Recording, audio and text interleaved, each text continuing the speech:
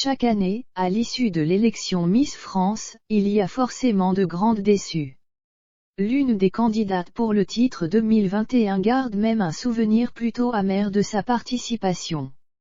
Dans un documentaire diffusé en marge de la nouvelle cérémonie, elle laisse entendre que tout est calculé à l'avance samedi soir, tous les regards seront tournés vers les 29 nouvelles candidates au titre de Miss France 2022. Elles seront départagées au cours d'une cérémonie placée sur le thème de la comédie musicale puis, une d'entre elles sera élue par le public et succédera alors à Amandine Petit. Ces 28 concurrentes seront alors sans doute laissées avec un sentiment d'inachevé. Mais serait-il d'ores et déjà possible de connaître le nom de la gagnante? D'après une ancienne Miss, à bien y regarder, on pourrait peut-être en tout cas cerner les finalistes.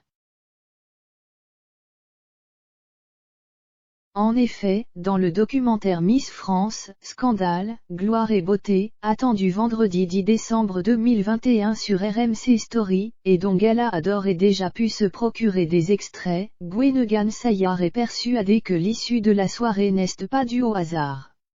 Je sentais qu'il y avait du favoritisme et des orientations vis-à-vis de certaines candidates plus que d'autres.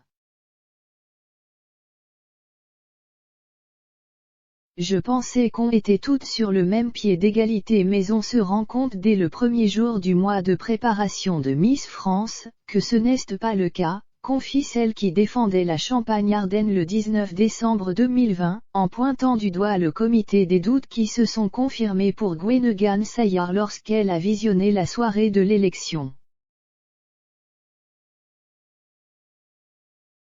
Je me suis rendu compte que les filles qui n'étaient pas favorites étaient constamment situées aux extrémités, a-t-elle relevé.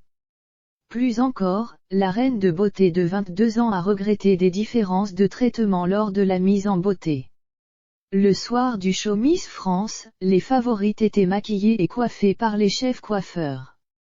Tout est calculé pour que les favorites soient davantage mises en avant, assure la jolie brune des accusations que Gwenegan Sayar a déjà tenues juste après l'élection d'Amandine Petit en 2020. Sylvie Tellier avait alors dénoncé son manque de fair-play.